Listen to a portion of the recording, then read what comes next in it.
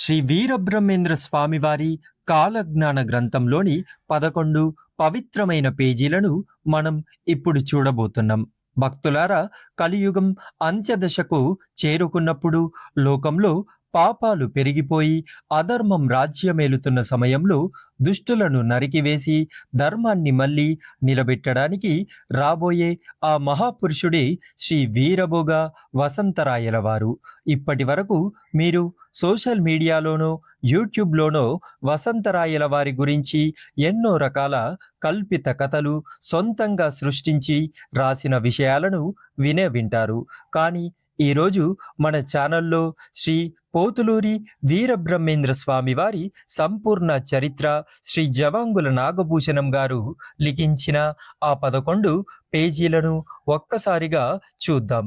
అసలు ఈ పేజీల సాక్షిగా వీరభోగ వసంతరాయల వారు ఎప్పుడు వస్తారు, ఏ సంవత్సరంలో జన్మిస్తారు, ఆయన అసలు ఎక్కడ పుడతారు, ఆయన భూమి మీదకు వచ్చేటప్పుడు జరిగే ఆ భయంకరమైన ఖగోళ వింతలు మరియు సంకేతాలు ఏంటి అనే సంపూర్ణ నిజాలను లైన్ టు లైన్ అక్షరం అక్షరం విడమరిచి చెప్పబోతున్నాను. ముఖ్యంగా ఈ ఒరిజినల్ కాలజ్ఞాన గ్రంథంలోని 178వ పేజీలో రాసి ఉన్న ఒక భయంకరమైన రహస్యం చదివితే నాకైతే ఒళ్ళు గగురు పొడిచింది. చెన్నపట్నంలో ఒక వింత శిశువు జన్మించి ఆ తర్వాత 23వ రోజున ఏ విధంగా సాక్షాత్ వీరభోగ వసంతరాయలుగా మారుతుందో స్వామివారు వందల ఏళ్ల సంవత్సరాల ముందే లిఖించి పెట్టారు. ఈ 11 పేజీల కాలజ్ఞాన రహస్యాలు పూర్తిగా తెలిస్తే కలియుగ ప్రళయం మరియు స్వామివారి రాకకు మనకు ఎంత దగ్గరలో ఉందో అర్థమైపోతుంది. అందరూ వీడియోని ఎక్కడ స్కిప్ చేయకుండా చివరి వరకు చూడండి. భక్తులారా, ఇప్పుడు మనం ఈ ఒరిజినల్ కాలజ్ఞాన గ్రంథంలోని 19 మరియు 20వ పేజీలను చాలా జాగ్రత్తగా గమనిద్దాం. ఇక్కడ స్వామివారు వీరభోగ వసంతరాయల వారి రాకకు పక్కా సమయాన్ని, కొన్ని వింత గుర్తులను స్పష్టంగా రాశారు. కలియుగ అంత్యదశలో వచ్చే పార్థివనామ సంవత్సరంలో శ్రీ వీరభోగ వసంతరాయల వారి దివ్య దర్శనము ఈ ప్రపంచమందరికీ కలుగుతుందని, ఆ సమయంలో లోకంలోని జనులంతా ఆ మహాపురుషుడిని ధ్యానిస్తారని, ఆయన వచ్చి ఈ బ్రహ్మాండమంతటా సత్యాన్ని వ్యాపింపజేస్తారని ఈ 19వ పేజీలో స్వామివారు చాలా స్పష్టంగా లిఖించారు. ఇక 20వ పేజీలోకి వెళ్తే వసంతరాయల వారి పట్టాభిషేకం జరగడానికి ముందు ప్రకృతిలో జరిగే ఒక వింత సంకేతాన్ని స్వామివారు చెప్పారు.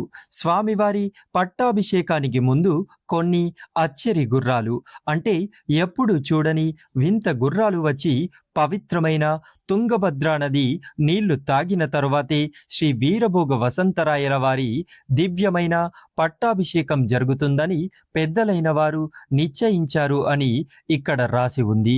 అసలు ఆ స్వామి ఎక్కడ జన్మిస్తారు, ఆయన తల్లిదండ్రులు ఎవరు అనే దానికి 22వ పేజీలో ఉన్న భూతల స్వరాజ్య కాలజ్ఞాన పత్రిక సాక్షిగా బ్రహ్మంగారు ఇలా రాశారు.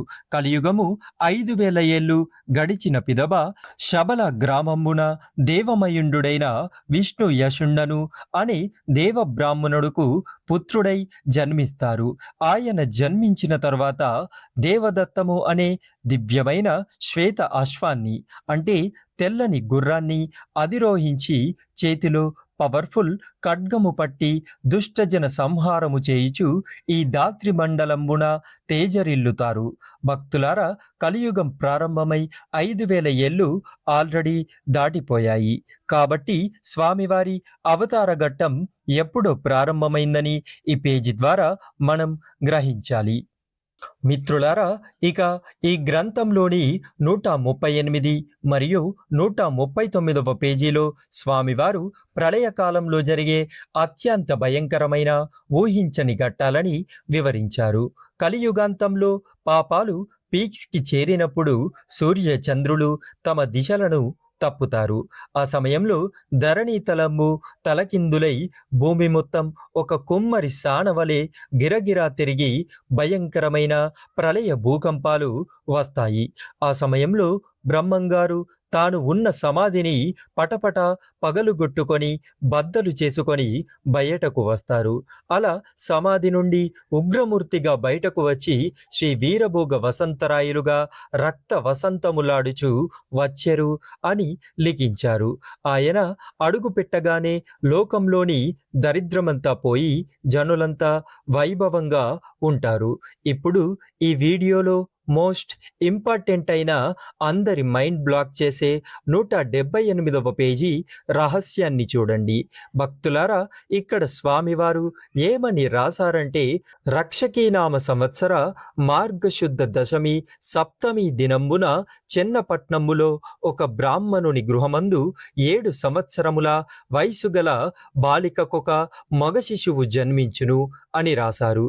ఇది ఎంతటి వింత చోద్యమో మీరే ఆలోచించండి. ఆ పుట్టే శిశువు కూడా సాదాసీదగా ఉండడు. ఆ శిశువునకు 4 హస్తములను 3 కాళ్ళును శిరంబున కొమ్ము ఉండును. అంటే 4 చేతులు 3 కాళ్ళు తలపై కొమ్ములతో ఆ వింత బాలుడు జన్మిస్తాడు.